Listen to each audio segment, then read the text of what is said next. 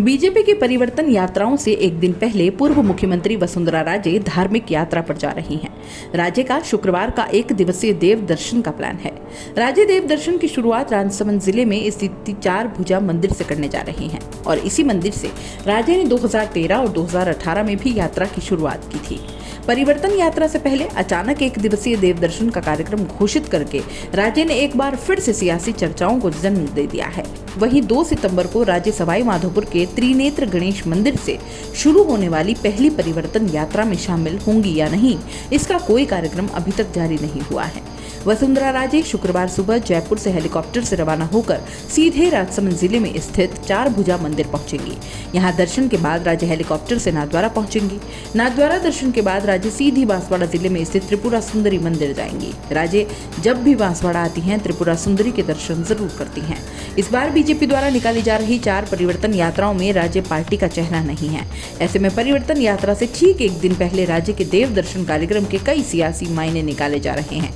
राज्य की एक दिवसीय धार्मिक यात्रा में वह एक स्थान पर 1.5 से 2 घंटे ही रुकेंगी और इस दौरान बड़ी संख्या में उनके समर्थक जुट सकते हैं। ऐसा होने पर राज्य की छवि क्राउड कैचर यानी भीड़ एकत्रित करने वाले के रूप में निकलकर सामने आएगी।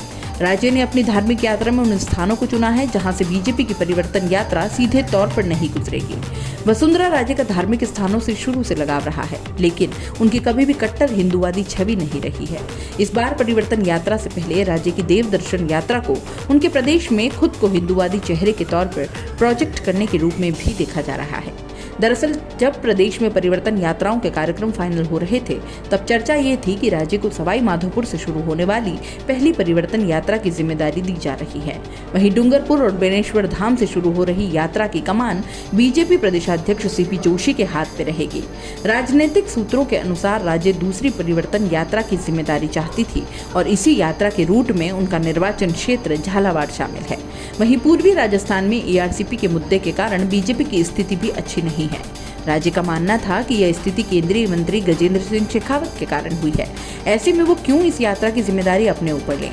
बीजेपी प्रदेशाध्यक्ष सीपी जोशी भी बेनेश्वर धाम से शुरू होने वाली दूसरी परिवर्तन यात्रा की कमान अपने पास रखना चाहते थे। ऐसे में कल जिन जिन जगहों पर राज्य जाएंगी, वो सभी जगह दूसरी परिवर्तन यात्रा के रूट में आती हैं। यहाँ कम समय में ज्यादा भीड़ एकत्रित करके राज्य एक तरह से सीधे तौर पर सीपी जोशी को चुनौती देती हुई नजर आएंगी, क्योंकि मेवाड़ मूलतः प्रदेशाध्यक्ष सीपी जोशी क्षेत्र का माना जाता है।